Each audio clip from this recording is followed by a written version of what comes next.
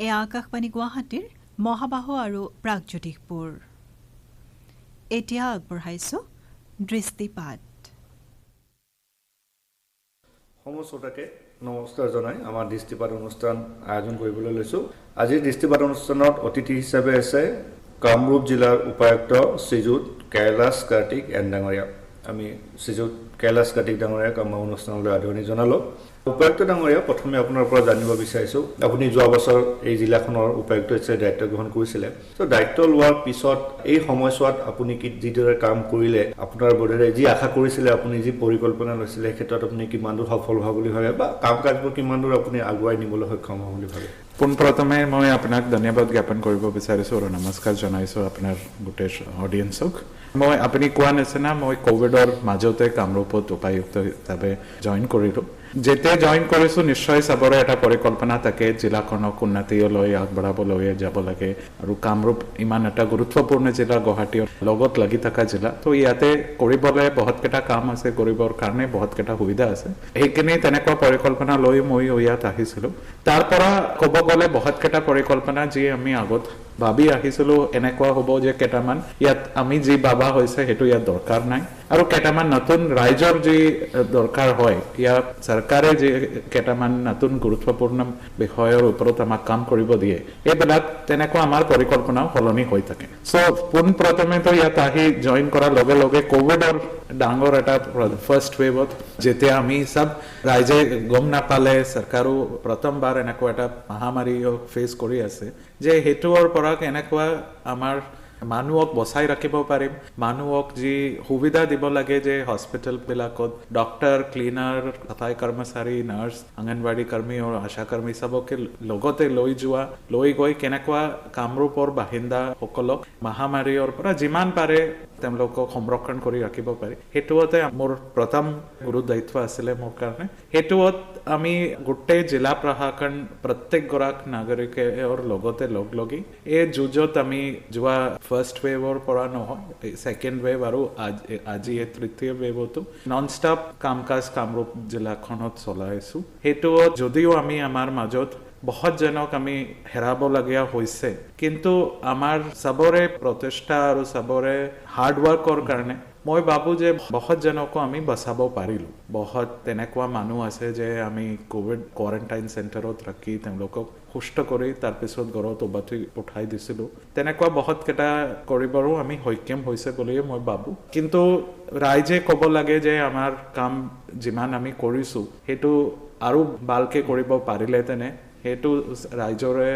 মতামতে আমি কৰিব লাগে। আমাৰ ফালৰ পৰা আমি যিমান কৰিব লাগে সেইটো আমি কৰিবৰ কাৰণে আমি পুৰা চেষ্টা চলাইছোঁ আৰু অকণমান সফলো হৈছোঁ বুলিয়ে মই ক'ব পাৰিছোঁ। যিহেতু আমি কোভিডৰ কথা আলোচনা কৰিলোঁ, জিলাখনত কোভিড ভেকচিনেশ্যন কিদৰে চলি আছে? জিলাখনত কোভিড ভেকচিনেশ্যন কামৰূপত আৰম্ভণিৰ পৰা কোভিড ভেকচিনেশ্যন কৰাৰ আৰম্ভণিৰ পৰা কামৰূপ মহানগৰকে বাদ দি নম্বৰ 2 জিলাখন হিচাপে গঢ়ি তুলি আছে। কোভিডৰ 100% ফাৰ্ষ্ট ড'জ ভেকচিনেশ্যন হৈ গ'ল। নিশ্চয়কৈ কেইজন মানুহে কোভিডৰ ভেকচিনেশ্যন কিছু কাৰণত লোৱা নাই, যেনেকুৱা গৰ্ভৱতী মহিলা হওক, ইয়া কিছুমান বহুত বয়সীয়া মানুহ হওক, ইয়া কোনোবা অকণমান ৰেচিষ্টেঞ্চ দেখাইছে। তাৰো আমি নন ষ্টপ আমাৰ অসম চৰকাৰৰ পদক্ষেপ মতে, হৰ ঘৰ দস্তকৰ পদক্ষেপ মতে আমি বহুতজনক কাভাৰো কৰিলোঁ। তথাপিও মই ভাবোঁ কেইজনমান ব্যক্তি এতিয়াও হ'ব চাগে লোৱা নাই, কিন্তু মেক্সিমাম যে ৰেচিষ্টেঞ্চ ইয়া এক্সেছৰ ইছ্যু যি আছিলে সেইটোতো ভাঙি দিয়া হৈছিলে। আৰু ইয়াতে মই ৰাইজকে ধন্যবাদ জ্ঞাপন কৰিব বিচাৰিছোঁ যে চব কোভিড ভেকচিনেশ্যন চেণ্টাৰত মানুহ এটা মহিলা হিচাপে চবে ইয়াত আহিলে আৰু আহি ভেকচিনেশ্যনবিলাকে লৈছে। চ' সেইকাৰণে আমি 100% ভেকচিনেশ্যন হ'বলৈ সক্ষম হৈছোঁ। ছেকেণ্ড ড'জ ভেকচিনেশ্যনতো আমি মোৰ দেন 80% মানুহক আমি কভাৰ কৰিলোঁ, আৰু লাষ্ট কেইজন ব্যক্তিবিলাককো আমি ইতিমধ্যে আমি কভাৰ কৰি আছোঁ। আৰু থাৰ্ড ড'জ ভেকচিনেশ্যনতো আমি যে প্ৰথমে 60+ আৰু ফ্ৰণ্টলাইন ৱৰ্কাৰ্ছক আছে, সেইটো প্ৰক্ৰিয়াও এতিয়া চলি আছে। আমি আন এক প্ৰসংগলৈ আহোঁ। বৰ্তমান এই বিষয়টো খুব চৰ্চিত হৈ আছে, কামৰূপ জিলাৰ সৈতে মেঘালয়ৰ যি সীমা বিবাদ বা যি ধৰণৰ আমি কথা কওঁ যে সীমা সমস্যা, আমি বিবাদ বুলি নকওঁ। এতিয়া দুগৰাকী মাননীয় মুখ্যমন্ত্ৰী কেইবাদিনো আলোচনা কৰিলে আৰু তাত আপুনিও গুৰুত্বপূৰ্ণ অংশ হিচাপে আছে। বৰ্তমান কি পৰ্যায়ত আছে, আমি কেতিয়ালৈকে অগ্ৰগতি আশা কৰিব পাৰোঁ? অসম আৰু মেঘালয়ৰ মাজতে এই সীমাৰ এৰিয়াজ অফ ডিফাৰেঞ্চ, বিবাদ বুলি ক'ব নালাগে, এৰিয়াজ অফ ডিফাৰেঞ্চ, সেইটো আছে 12খন এৰিয়া। তাৰে দুজন মুখ্যমন্ত্ৰী ডাঙৰীয়াই প্ৰথম শ্ৰেণীত 6খন এৰিয়াজ অফ ডিফাৰেন্স তেওঁলোকে হাতত লৈছে। এই 6খন এৰিয়াজ অফ ডিফাৰেন্সৰ 4খন কামৰূপ জিলাত আহি পৰে। তাৰে 3টা আছে আমাৰ বকো সমষ্টিত, হাহিম,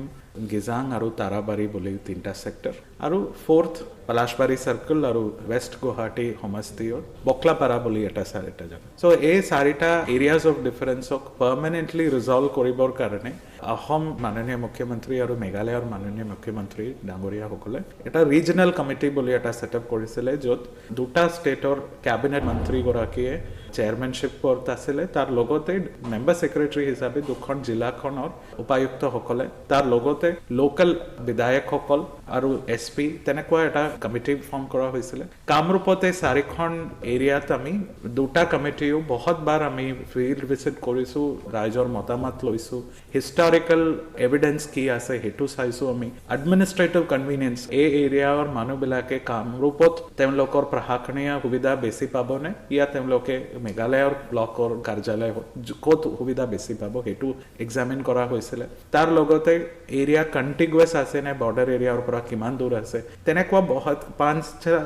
2টা মুখ্যমন্ত্ৰীয়ে বান্ধি দিয়া 5টা পঞ্চসূত্ৰৰ অধীনত আমি গোটেই এৰিয়া আলোচনা কৰিছোঁ, ৰাইজৰ লগত মতামত লোৱা হৈছে। তাৰপিছত এই 4খন এলেকাত মই ক'ব লাগে যে আজি ডেটত সেইটো এটা 2টা মুখ্যমন্ত্ৰীৰ নেতৃত্বত এটা পাৰ্মানেণ্ট ছেটেলমেণ্ট ইয়া পাৰ্মানেণ্ট চলিউশ্যনলৈ বহুত কেইটা আগবাঢ়িছে বুলি মই ভাবোঁ। আৰু কামৰূপৰ আৰু 2খন এলেকা আছে য'ত আমি পিছৰ পৰ্যায়ত আমি সেইটো এক্সামিন কৰিম। আৰু মই ভাবোঁ সেইটো ওৱান টাইম ছেটেল যেতিয়া হৈ যাব, তাৰপিছত অসমৰ কাৰণে আৰু স্পেচিয়েলি এই বৰ্ডাৰ এলেকা থকা ৰাইজৰ কাৰণে ডেভেলপমেণ্টেল ডিছপেৰিটি ইয়া আজি যি গেপ আছে সেই গোটেইকেইটা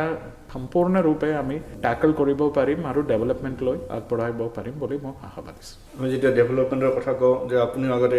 এই ভাৰতীয় প্ৰশাসনিক সেৱা অহাৰ পূৰ্বে যদি মই ভুল হোৱা নাই, আপুনি কৰ্পৰেট ছেক্টৰত কাম কৰিছিলে, কৰ্পৰেটৰ আপোনাৰ দীৰ্ঘদিনৰ অভিজ্ঞতা আছে এই ক্ষেত্ৰত। জিলাখনৰ বাবে আমি নিবনুৱাৰ কথা পাতোঁ, নিবনুৱা সমস্যা গোটেই অসমতে আছে, গোটেই ভাৰতবৰ্ষতে আছে। ইয়াত চৰকাৰী খণ্ডত যি ধৰণৰ নিয়োগ দিব লগা হৈছে দিছে, কিন্তু ব্যক্তিগত খণ্ডৰ বা ব্যক্তিগত প্ৰচেষ্টাৰ পৰা কৰ্মসংস্থাপনৰ সৃষ্টি কৰিব পৰা যায়। আপোনাৰ বোধেৰে কামৰূপ জিলাত কি ধৰণৰ পদক্ষেপ গ্ৰহণ কৰা হৈছে বা পদক্ষেপ গ্ৰহণ কৰা উচিত আৰু দৰকাৰ আছে এই যুৱ প্ৰজন্মৰ কৰ্মসংস্থাপন সৃষ্টিৰ বাবে? আজি ডেটত ভাৰতবৰ্ষত ডেম'গ্ৰাফিক ডিভিডেণ্ড বুলি আমি যি ক'ম, যে 15 বছৰৰ পৰা 35 ইয়া 40 ইয়াৰ্ছলৈকে গোটেই বিশ্বত চাব গ'লে one of the youngest country age wise. So' এতিয়া আমাৰ যিমানে বছৰে যিমানে আমাৰ ল'ৰা ছোৱালী কলেজৰ পৰা ইয়া স্কুলৰ +2ৰ পৰা ড্ৰপ আউট হৈ যদি ওলাই আহে, ইমান চাকৰিটো almost impossible for government alone. চৰকাৰে অকলে এই গোটেই চাকৰি ক্ৰিয়েট কৰাৰ কাৰণে পচিবল নহ'ব। আপুনি কোৱা নিচিনা বিশ্বত চব জেগাতে self employment, local entrepreneurship, mini entrepreneurship, নানো এণ্টাৰপ্ৰিনাৰশ্বিপ তেনেকুৱা বহুত কেইটা নিজকে মানুহে ইদাৰ প্ৰাইভেট ছেক্টৰত যায় ইয়া গভৰ্ণমেণ্ট ছেক্টৰত যায় ইয়া নিজৰ ছেল্ফ এমপ্লয়মেণ্টত ক্ৰিয়েট হয়। অসমৰ ক্ষেত্ৰত আমাৰ প্ৰাইভেট ছেক্টৰৰ প্ৰেজেঞ্চ ৰেষ্ট অফ ইণ্ডিয়া কম্পেৰিজনত অকণমান কম। ইয়াতে ডমিনেণ্ট গভৰ্ণমেণ্ট ছেক্টৰৰ প্ৰেজেঞ্চ আছে আৰু আমাৰ উঠি অহা ল'ৰা ছোৱালীৰো এটা সপোন থাকে যে আমি গভৰ্ণমেণ্ট চাকৰি কেতিয়াবা কিবা না কিবা কৰি পাব লাগে। কিন্তু মোৰ এটা পৰিকল্পনা আছে যে অসম এণ্ড স্পেচিয়েলি কামৰূপ গুৱাহাটী মহানগৰত লগি থকা এটা জিলা আৰু অসম এণ্টায়াৰ সাউথ ইষ্ট এছিয়াৰ কাৰণে এটা গেটৱে। তো অসমত আৰু কামৰূপ ইন পাৰ্টিকুলাৰত ইয়াত আমাৰ চৰকাৰী চাকৰি পোৱা মানুহতো নিশ্চয় যি পাব লাগে আৰু চৰকাৰৰ কাৰণেও ভাল ল'ৰা ছোৱালী ইয়াতে জইন কৰিব লাগে, তেতিয়াই আমি আৰু উন্নতিলৈ যাব পাৰিম। কিন্তু মোৰ এটা পৰিকল্পনা আছে, বহুত কেইটা আমাৰ সমস্যা সমাধান হ'ব যদি আমি এণ্টাৰপ্ৰিনাৰশ্বিপ স্কুল কলেজবিলাকতো এটা কাৰিকুলাম হিচাপে আমি যদি এডপ্ট কৰোঁ আৰু মাইণ্ডছেট চেঞ্জ যি দৰকাৰ হয়। আজি ডেটত যি ল'ৰা ছোৱালীয়ে মাত্ৰ চৰকাৰী চাকৰিয়ে এটা অপশ্যন বুলি ভাবে, এই ল'ৰা ছোৱালীৰ ক্ষেত্ৰত নিজকে যদি ছেল্ফ এমপ্লয়মেণ্ট কৰিব পাৰে আৰু তাৰ লগতে তেওঁলোকে আন 10 গৰাকী মানুহক যদি চাকৰি দিব পাৰে, তাতকৈ ভাল কাম মই ভাবোঁ যে নহ'ব। সেইটো মানত ৰাখি কামৰূপত যুৱা শক্তি বুলি আমি এটা পদক্ষেপ লৈছিলোঁ। আমি কলেজ ষ্টুডেণ্টছবিলাকৰ কাৰণে কামৰূপৰ 16খন কলেজত প্ৰত্যেক কলেজত 2-3টাকে এজ এ পাইলট ফেজত টিচাৰ্ছ আইডেণ্টিফাই কৰি তেওঁলোকক অন্টাৰপ্ৰিনাৰশ্বিপৰ ওপৰত এটা কাৰিকুলাম 36 আৱাৰ্ছ কাৰিকুলাম এটা ডেভেলপ কৰি এই কাৰিকুলামত তেওঁলোকক ট্ৰেইনিং দিয়া হৈছিলে 3 দিনৰ ট্ৰেইনিং দিয়া হৈছিলে যে সেই কাৰিকুলাম তাৰপিছত তেওঁলোকে তাৰে কলেজৰ ল'ৰা ছোৱালীক এই ট্ৰেইনিঙৰ 36 আৱাৰ কাৰিকুলাম তেওঁলোকৰ ৰুটিন ছাবজেক্টছ সেইটো কোনোবা এডুকেশ্যন মেজৰ হ'ব কোনোবা বটনী মেজৰ হ'ব কোনোবা লিটাৰেচাৰ মেজৰ হ'ব কিন্তু সব মানুহকে সেই 36 আৱাৰ অফ অন্টাৰপ্ৰিনাৰশ্বিপ কাৰিকুলামৰো আমি ট্ৰেইনিং মেণ্ডেটৰী কৰি যোৱা বছৰ আমি কৰা হৈছিলে এই ট্ৰেইনিঙত মেইন স্কিলছ या মেইন কম্পিটেন্সিজ যি দিয়া হৈছিলে সেইটো হ'ল যে critical thinking creative thinking public speaking confidence imagination creativity তেনেকুৱা টপিকছৰ ওপৰত তেওঁলোকক 36 আৱাৰ্ছৰ ট্ৰেইনিং দিয়া হৈছিলে আৰু এণ্টায়াৰ ট্ৰেইনিং মডিউল একদম হেণ্ডছ অন যে টিপিকেল আমাৰ ক্লাছেছবিলাকে এনেকুৱা থাকে যে 1 ঘণ্টাৰ ক্লাছ হ'লে 55 মিনিটছ টিচাৰে পাঠ কৰে 5 মিনিটে ল'ৰা ছোৱালীয়ে ক্লাছত প্ৰশ্ন সুধিব পাৰে এই কনচেপ্টক একদম উল্টা কৰি টিচাৰে 10 মিনিট ক্লাছ ল'ব বাকি 50 মিনিটে বাচ্চাবিলাকে এক্টিভিটিত ইনভলভ হ'ব ইয়াক প্ৰশ্ন সুধিব তেনেকুৱা এটা কৰি সেকেন্ডলি আমাৰ এডুকেশ্যন সিস্টেমত আৰু এটা হেতু থাকে যে টিচাৰবিলাকে মাৰ্কছ বেসড ক্লাसेस হয় বাচ্চাবিলাকে সাবজেক্ট পঢ়ে যে এক্সামত কি প্ৰশ্ন সুধিব এই প্ৰশ্ন মই যদি ভালকে শিকি লম তেতিয়া মোৰ মাৰ্কটো বেছি পাব মই লেটাৰ পাম হেতু মাইন্ডসেটৰ পৰা আঠৰি যোৱাৰ কাৰণে ইয়াতে আমি কৈছো যে হেতু টপিকত কোনো এক্সাম নহব this is only for learning আৰু learning for the joy of learning এই হিচাপত আমি এই প্ৰক্ৰিয়া চলাইছিলো 1000তকৈ অধিক কলেজৰ ল'ৰা ছোৱালীবিলাকে ইয়াতে পাৰ্টিচিপেট কৰিছে আৰু মই কৈ সুখী যে তাৰ পৰা 20খনতকৈ অধিক ল'ৰা ছোৱালীয়ে আজি তেওঁলোকৰ নিজৰ বিজনেছ চলাবলৈ আৰম্ভ কৰিছে আজি এক বছৰত বহুত ডাঙৰকৈ হোৱা নাই কিন্তু এটা ফাৰ্ষ্ট ষ্টেপ টুৱাৰ্ডছ এণ্টাৰপ্ৰিনাৰশ্বিপ বুলি মই ভাবোঁ আৰু ইয়াৰে বহুত কোনোবা ল'ৰাই নিজৰ গৰু ছাগলীৰ এটা সৰু ইউনিট আৰম্ভ কৰিছে কোনোবা এজন ল'ৰাই আৰ্টত সি বহুত এক্সপাৰ্টাইজ আছে তো সি এটা বিজনেছ অনলাইন বিজনেছ আৰম্ভ কৰিছে এজনী ছোৱালীয়ে নিজৰ ওচৰত থকা পৰিয়ালত ল'ৰা ছোৱালীবিলাকক ক্লাছৰ টিউশ্যন লয় তেনেকুৱা সৰু সৰু কোনোবা ক্লাছৰ লগতো কৰে পঢ়ি থকা সময়তো কৰি আছে কোনোবা কলেজ শেষ হোৱাৰ পিছত চাকৰি নিবিচাৰি নিজে সেইটো লাইনতো লাগি আছে মই ভাবোঁ যে 20-25-30 কামৰূপৰ কাৰণে যি প্ৰথম গৰাকী ব্যক্তি হিচাপে তেওঁলোকে কোৰ্চ কৰি আহিছে তেওঁলোকে আন 1000 মানুহক ইনস্পায়াৰ কৰিব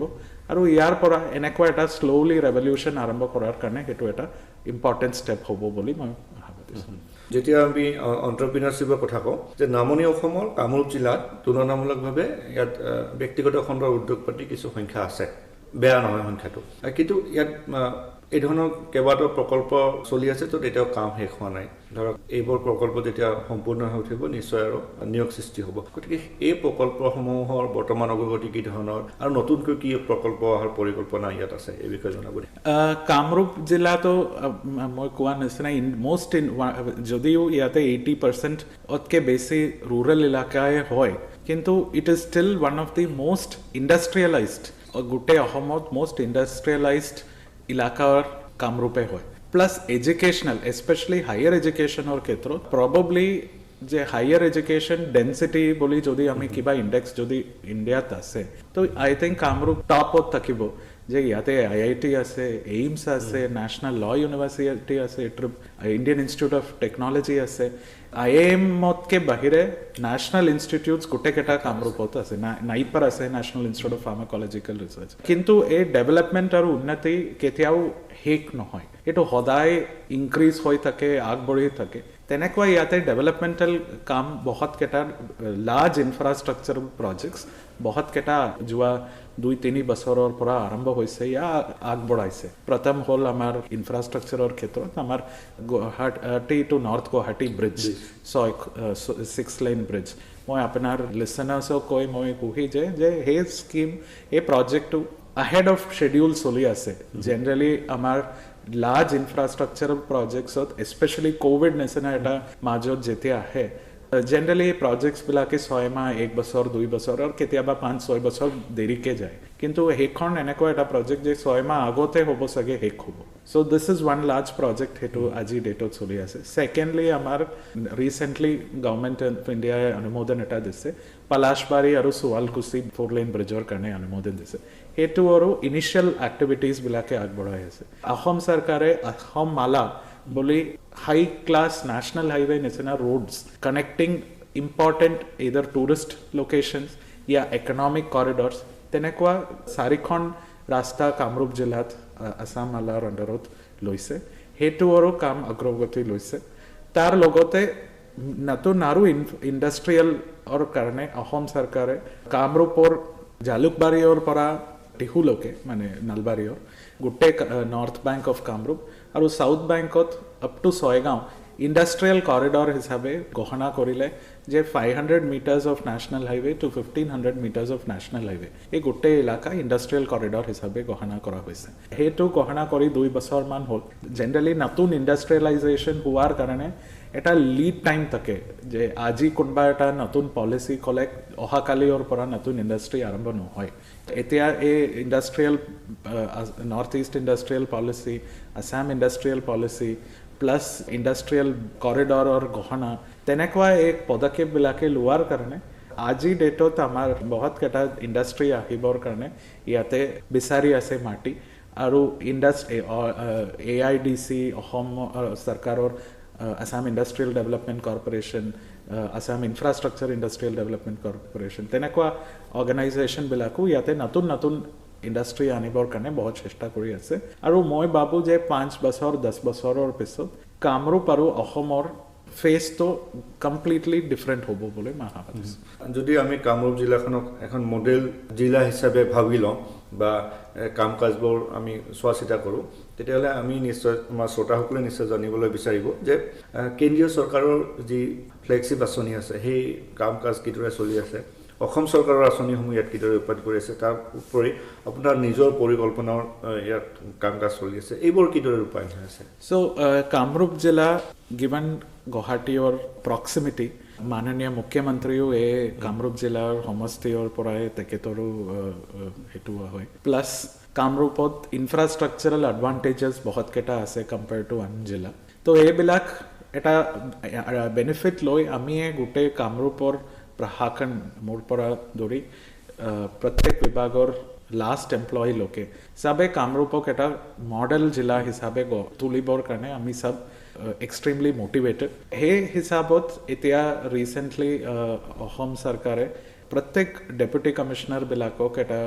set of goals and target প্ৰত্যেক বিভাগত এই বছৰত কি কৰিব লাগে বুলি আমাক টাৰ্গেটছ কেইটামান দিছে সেইটো বহুত প্ৰত্যেক ছেক্টৰ কভাৰ কৰি সামৰি লৈছে আৰু প্ৰত্যেক আঁচনিও সামৰি লৈছে যে কেন্দ্ৰীয় চৰকাৰৰ আঁচনি হওক या ৰাজ্য চৰকাৰৰ আঁচনি হওক চ' সেইটো হিচাপে আমিও এই কামৰূপ জিলাত প্ৰত্যেক সপ্তাহে আমাৰ ক্লিয়াৰ টাৰ্গেটছ আমাৰ আছে যে অমুক আঁচনিত অমুক কাম কৰিব লাগে অমুক দিনৰ ভিতৰত তেনেকুৱা প্ৰত্যেক এগেইনষ্টে আমাৰ টাৰ্গেট আছে এই টাৰ্গেটবিলাকে পূৰ্তি কৰাৰ কাৰণে আমি প্ৰত্যেক অফিচিয়েল কামৰূপৰ আমি নন ষ্টপ সেইটোত লৈ আগবঢ়াই আছোঁ আৰু মোৰ আশা আছে আৰু বিশ্বাস আছে যে ইয়াৰে যিমানে টাৰ্গেট কামৰূপৰ কাৰণে বান্ধি দিয়া হৈছিলে এই গোটেইকেইটা টাৰ্গেটে আমি এচিভ কৰিব পাৰিম বুলি মোৰ আশা আৰু বিশ্বাস আছে সেইটো এচিভ কৰিলে অট'মেটিকলি আমি এটা মডেল জিলা হিচাপে ট্ৰান্সফৰ্ম হ'বলৈ সক্ষম হ'ম বুলিও মোৰ আশা আছে তো ইয়াতে স্পেচিফিকেলি চেণ্ট্ৰেল গভৰ্ণমেণ্ট স্কিমছ বুলি ক'ব গ'লে আমাৰ এতিয়া ফ্লেগশ্বিপ স্কিম আছে জল জীৱন মিছন মাননীয় প্ৰধানমন্ত্ৰী মাননীয় মুখ্যমন্ত্ৰী দুইজনগৰাকীয়েও এই আঁচনিৰ ওপৰত গুৰুত্ব দিছে আমাৰ জিলাৰ গাৰ্জিয়ান মিনিষ্টাৰো এই আঁচনিৰ ওপৰত গুৰুত্ব দিছে চ' আমি জল জীৱন মিছনৰ আণ্ডাৰত কামৰূপত এই বছৰত 1,10,000 পৰিয়ালক পানীৰ কানেকশ্যন দিয়াৰ টাৰ্গেট আমাক দিছিলে আজি ডেটত আমি 94,000 প্লাছ কানেকশ্যনছ আমি দিবলৈ আজি এই বছৰত সক্ষম হৈছোঁ এতিয়া 2 মাহ আৰু আছে ফেব্ৰুৱাৰী আৰু মাৰ্চ আৰু মই কনফিডেণ্ট যে আমি সেই বছৰৰ আমাৰ জল জীৱন মিছনৰ যি টাৰ্গেট আছে সেইটো আমি 100% সম্পূৰ্ণ কৰিব সক্ষম হ'ম আৰু অহা বছৰতো যি টাৰ্গেট আমাক দিয়া যাব এটোৰ কাৰণে আমাৰ প্ৰিপাৰেচন অলৰেডি আৰম্ভ হৈছে তেনেকুৱা ৰাজ্য চৰকাৰৰ মই এটা আঁচনি লৈ আপোনাক বুজাব বিচাৰিছোঁ এইটো হ'ল মিছন বসুন্ধৰাৰ উদ্দেশ্য এইটোৱে আছিলে যে মাটি যিমান কাম কাজ হয় নামজাৰি নাম কীৰ্তন বাটৱাৰা তেনেকুৱা যিমান কাম কাজ হয় সেইবিলাক ৰাইজক একদম সহজীয়াকৈ কাকো লগ নধৰাকে নিজে এই কামটো হৈ যাব লাগে সেইটো পৰিকল্পনা লৈ অসম চৰকাৰে মাননীয় মুখ্যমন্ত্ৰীয়ে সেইখন পদক্ষেপ হাতত লৈছে কামৰূপত one of the highest number of applications কামৰূপত আহি পৰিলে 66,000 plus application কামৰূপত এই 2 মাহৰ উইন্ডো যি আছিলে মিছন বসুন্ধৰাৰ কাৰণে এই উইন্ডোৰ ভিতৰত আহি পৰিলে মই আপোনাৰ লিসনাৰ্ছক কৈ মই সুখী যে যোৱা 2 মাহৰ ভিতৰত কামৰূপত more than 30% of the applications আমি অলৰেডি ডিসপোজ কৰিলোঁ আৰু নেক্সট অসম চৰকাৰে আমাক এটা টাৰ্গেট দিছে May 10th 2022 সো এতিয়াও 4 মাহ আছে আমি প্ৰত্যেক সপ্তাহত আমাৰ ৰিভিউ আৰু আমাৰ ডিটেইলড প্ল্যান আছে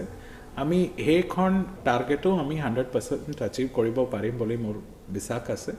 আৰু এনেকুৱা চৰকাৰৰ কেন্দ্ৰীয় চৰকাৰ হওক ৰাজ্য চৰকাৰ হওক या লোকেল গভৰ্নমেণ্টছ হওক PRI মেম্বাৰ্ছ হওক সবে নিজৰ কামৰূপক এটা মডেল জিলা হিচাপে কৰি তুলিবৰ কাৰণে আমি সব প্ৰত্যেক আঁচনিতে গুৰুত্ব দি আছোঁ আৰু মই ভাবোঁ যে 5-10 বছৰ পিছতে ডেফিনেটলি কামৰূপৰ কমপ্লিটলি এটা ডিফাৰেণ্ট ৰূপ আপোনালোকে চাব পাৰিব আৰু কামৰূপৰ সফলতাই অসমৰ কাৰণে সফলতা হ'ব বুলি মই আই বিলিভ চ' এতিয়া বাহিৰৰ পৰা মানুহ যেতিয়া অসমলৈ ফুৰিব আহে আপোনাৰ ওচৰত থকা শুৱালকুছিৰ কথা সোধে শুৱালকুছিৰ কাপোৰ তাত হ্যান্ডলুম সেক্টৰ আমি সকলোৱে জানো তাৰ প্ৰমোট কৰাৰ কাৰণে আপোনাৰ পৰিকল্পনা আছে নিশ্চয় শুৱালকুছিত হাল আৰু শুৱালকুছিৰ কালচাৰ গোটেই অসম বুলি নহয় গোটেই ভাৰতবৰ্ষত এটা ইউনিক এটা কালচাৰ কিন্তু বিভিন্ন কাৰণৰ কাৰণে শুৱালকুছিৰ যি এটা স্পেচিয়ালিটি আছিলে এইটো লাহে চেলেঞ্জেছৰ কাৰণে এইটো কম হৈ আছে সো অসম চৰকাৰে শুৱালকুছিত এটা ইয়ান বেংক বুলি এটা ঘোষণা কৰিলে যে তাৰে যোগেদি মানুহক ছাবচিডাইজড ইয়ান ছাপ্লাইৰ ক্ষেত্ৰত অসম চৰকাৰে কেইটামান পদক্ষেপ লৈছিলে সেই আঁচনিৰ ইমপ্লিমেণ্টেশ্যন আজি ডেটত ভাল ধৰণে হৈ আছে কেইটামান চেলেঞ্জেছ আছে সেইটো আমি ৰিজল্ভ কৰি আছোঁ সেইটো এটা ছাপ্লাইৰ ক্ষেত্ৰত এটা ইছ্যু ছাপ্লাইৰ আন এটা ইছ্যু আছে যে এই মুগা আৰু এৰিৰ প্ৰডাকশ্যন আজি ডেটত যিমান ডিমাণ্ড আছে তাতকৈ বহুত কম প্ৰডাকশ্যন হৈ আছে প্ৰডাকশ্যন কম হোৱাৰ কাৰণে ৰেট ছাপ্লাই ডিমাণ্ড মিছমেচ হোৱাৰ কাৰণে ৰেট বেছি হৈ আছে ৰেট বেছি হোৱাৰ কাৰণে আমি ভিভাৰ্ছৰ কাৰণে ছাবচিডি দিব লগা হৈছে তো মেইন ৰুট কজ হৈছে প্ৰডাকশ্যন কম হোৱা আৰু প্ৰডাকশ্যন কম হোৱাৰ কাৰণ হৈছে যে সোম ট্ৰী কাল্টিভেশ্যন অফ সোম অৰ এৰিয়া अंडर कल्टिवेशन बहुत श्रिंक हो আছে तो অসম চৰকাৰে মাননীয় মুখ্যমন্ত্ৰীৰ নিৰ্দেশ মৰ্মে সোম কাল্টিভেশ্যনৰ কাৰণে বহুত কেইটা পদক্ষেপ আমাক প্ৰত্যেক জিলাখনক ল'ব দিয়া হৈছিলে তেনেকুৱা কামৰূপতো আমি বহুত কেইটা এৰিয়াজ আইডেণ্টিফাই কৰিলোঁ আৰু য'ত আমি সোম আৰু চেপলিং সিডলিংছবিলাকে প্ৰডাকশ্যনত আমি আৰম্ভ কৰিছোঁ সেইটো এটা কিন্তু এটা লং টাৰ্ম এটা ৰিজাল্ট পাব ইমিডিয়েটলি নহয় গছ ৰুব লাগিব গছ ডাঙৰ হ'ব লাগিব তাৰপিছত 5-10 বছৰ পিছতে সেইটোৰ এফেক্ট হ'ব তো এতিয়া সেইটো ছাপ্লাই ছাইডৰ কাম হ'ল ডিমাণ্ড ছাইডত আমি কেইটামান পদক্ষেপ লৈছোঁ যে আমাৰ Sualkuchi institute of fashion technology বুলি এটা আছে শুৱালকুছিত এই ফেশ্বন টেকন'লজি ইনষ্টিটিউটক ৰিভাইভ কৰি আৰু মোৰ আউটৰিচ এক্টিভিটিজ কৰিবৰ কাৰণে আমি in partnership with some of the large ইয়াতে যিমান লাৰ্জ এণ্টাৰপ্ৰাইজেছ আছে NRL হওক অইল ইণ্ডিয়া হওক তেওঁলোকৰ লগত লগ লাগি আৰু মডাৰ্ণ উইভিং অৰ ট্ৰেইনিং স্কিলছবিলাকে আমি কৰিবৰ কাৰণে চেষ্টা কৰি আছোঁ তাৰ লগতে লোকেল এণ্টাৰপ্ৰেনাৰ্ছ শুৱালকুছি এলেকাৰ পৰা ইয়া ৱৰ্ল্ড বেংকৰ এটা প্ৰজেক্টৰ আণ্ডাৰত আমি তেওঁলোকক সামৰি ল'ব বিচাৰিছোঁ যে সেইটো এটা ইউনিক পাব্লিক প্ৰাইভেট পাৰ্টনাৰশ্বিপ হিচাপে আহিব য'ত মডাৰ্ণ প্ৰেক্টিচেছ শিকাই দিয়া যাব মডাৰ্ণ টুলছ শ্বেয়াৰ্ড পাৰ্পাছৰ কাৰণে দিয়া যাব তেনেকুৱাও পৰিকল্পনা আমাৰ আছে আৰু শেষত যদি আমি আপোনাৰ পৰা জানিব বিচাৰোঁ যে এই বছৰটোত ফেব্ৰুৱাৰী মাহ আৰম্ভ হৈছে 2022ত যদি আপোনাৰ 3টা প্ৰায়ৰিটি চেক্টৰ বা আপোনাৰ নতুন পৰিকল্পনা 1 2 3 হিচাপে আপুনি কি লৈছে সো মোৰ প্ৰথম প্ৰায়োৰিটি আছে যে এই টাৰ্গেটছ মই যে কৈছিলোঁ যে অসম চৰকাৰে প্ৰত্যেক জিলাৰ কাৰণে বান্ধি দিয়া আছিলে এই টাৰ্গেটছটো আচিভ কৰা কিয়কি এই টাৰ্গেটে অসম চৰকাৰৰ ডাইৰেকশ্যন या অসম চৰকাৰে কি ধৰণৰ অসমক আগবঢ়াই লৈ যাব বিচাৰিছে সেইটো প্ৰত্যেক ছেক্টৰক সামৰি লৈ কৰি থকা এটা পৰিকল্পনা সো সেই গভৰ্ণমেণ্টৰ প্ৰায়োৰিটিয়ে উপায়ুক্তৰো প্ৰায়োৰিটি হ'ব লাগে so that is my first priority না আৰু সেইটো আচিভ কৰাৰ কাৰণে আমি কৰিব চেষ্টা কৰি আছোঁ ছেকেণ্ড প্ৰায়োৰিটি হ'ল যে আমাৰ ল্যান্ড একুইজিশ্যন কামৰূপত बहुत केटा as we speak about 56 land acquisition याते साइमल्टेनियसली चली आसे हेतु इरिगेशन और स्कीम और हो या एम्स निसिना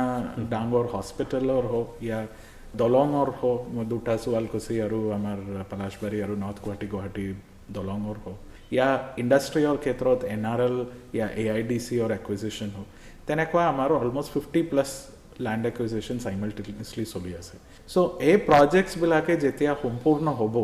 এই এৰিয়াৰ উন্নতি বহুত বেছি হ'ব আৰু সেইটোৰ কাৰণে মোৰ এটা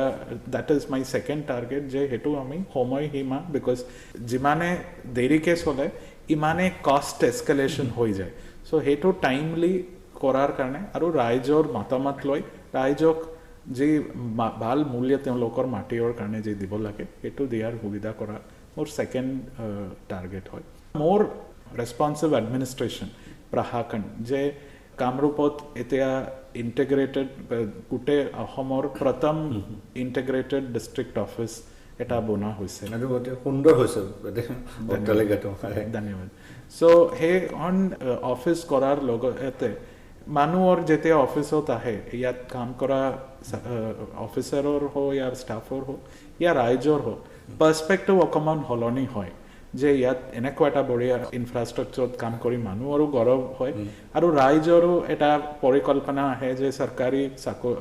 অফিচত গ'লে লেতেৰা পাব চৰকাৰী অফিচত গ'লে কাম সোনকালে নহয় এই পৰিকল্পনা অহাৰ লগে মানে অফিচত সোমোৱাৰ লগে লগে আধা চেঞ্জ হয় তো সেই সুযোগ লৈ আমি গোটেই কামৰূপৰ প্ৰত্যেক অফিচ প্ৰত্যেক স্কুল প্ৰত্যেক হস্পিটেল সেইকৰণৰ পৰিষ্কাৰ কৰি আৰু প্ৰত্যেক আমি এনেকুৱা ইণ্টিগ্ৰেটেড या মডেল হিচাপে বনাব নোৱাৰোঁ কিন্তু এটলিষ্ট মাইণ্ডছেট আমি অকণমান চেঞ্জ যদি কৰোঁ তেতিয়া আমাৰ অসম চৰকাৰৰ যি ভিজন আছে যে অসমে টপ 5 ষ্টেটছৰ ভিতৰত হ'ব লাগে এই ভিজনৰ কাৰণে আমি অকণমান কণ্ট্ৰিবিউট কৰাৰ কাৰণে সক্ষম হ'ম বুলি মই ভাবিছোঁ চ' সেই তিনিটাই মোৰ ইমিডিয়েট প্ৰায়ৰিটিজ আছে কিন্তু অফক'ৰ্ছ প্ৰত্যেক আঁচনি या প্ৰত্যেক স্কিমতো নিজৰ নিজৰ প্ৰজেক্টছ আছে স্পেচিয়েল প্ৰায়ৰিটিজ আছে বাট ব্ৰড লেভেলত মোৰ সেই তিনিটাই প্ৰায়ৰিটি বুলি মই কওঁ হয়